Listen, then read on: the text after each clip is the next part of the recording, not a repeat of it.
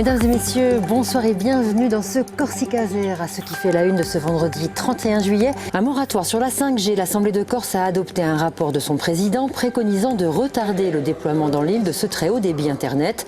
L'inquiétude est sanitaire. Les élus veulent connaître d'abord les risques de cette technologie. Une étude de l'ANSES, l'Agence nationale de sécurité sanitaire, est attendue dans les prochains mois.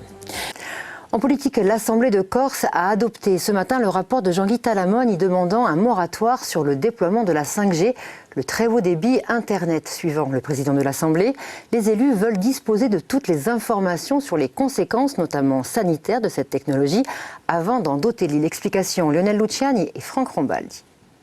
Le rapport est adopté. Je vous remercie. L'Assemblée de Corse veut repousser le déploiement de la 5G sur l'île. Pour certains, cette nouvelle technologie présenterait un risque pour la santé et l'environnement.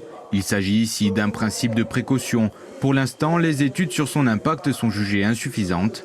Plusieurs élus et associations en France ont déjà fait part de demandes similaires. Une proposition de moratoire de plus, donc, dans le paysage politique. Si la Corse, à travers sa représentation d'élus et à travers également ses citoyens, ses associations, ses collectifs, si la Corse dit qu'elle veut le temps de décider, eh bien, je pense que nous pouvons obtenir satisfaction malgré, je dirais, le fait que nous n'ayons pas la compétence juridique à l'heure où nous parlons.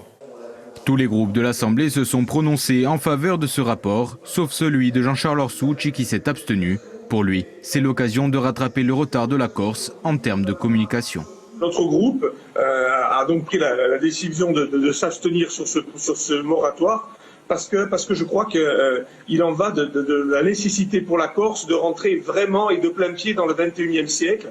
Ne pas voter ce moratoire, ça ne veut pas dire que je suis contre le déploiement de la 3G et de la 4G. Hein.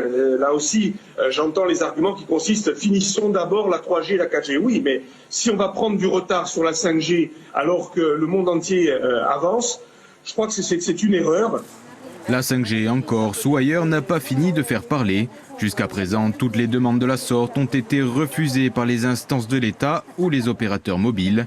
Hier, quelques personnes s'étaient déplacées devant les grilles de l'Assemblée en signe de soutien.